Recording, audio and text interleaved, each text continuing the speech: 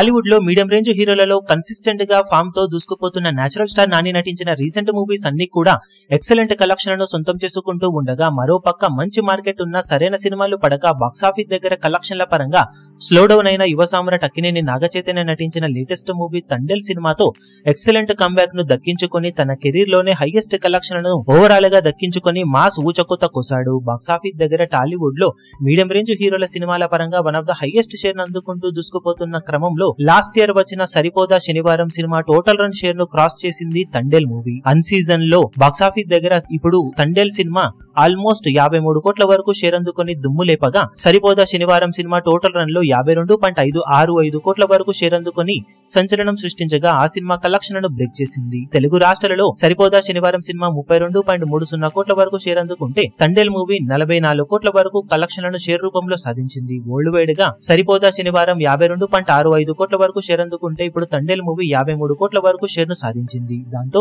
Medium range movies లో one of the highest share అందుకున్న సినిమాగా ఒకటిగా దూసుకుపోతున్న తండేల్ మూవీ గ్రాస్ పరంగా చూసుకుంటే మట్టుకు సరిపోదా Sanivaaram cinema Karnataka, rest of India, overseas లలో మాసివ్ కలెక్షన్ ను సాధించడంతో 100 కోట్ల గ్రాస్ మార్కును దాటింది. అదే టైంలో తండేల్ మూవీ మాత్రం ఇక్కడ అనుకున్న రేంజ్ లో పర్ఫార్మెన్స్ ను చూపించకపోవడంతో గ్రాస్ పరంగా 100 కోట్ల మార్కు లోపే నిలవబోతుందని చెప్పాలి. మరి లాంగ్ రన్ లో ఇంకా ఎంతవరకు లాభాలను ఈ సినిమా పెంచుకోగలుగుతుందో చూడాలి.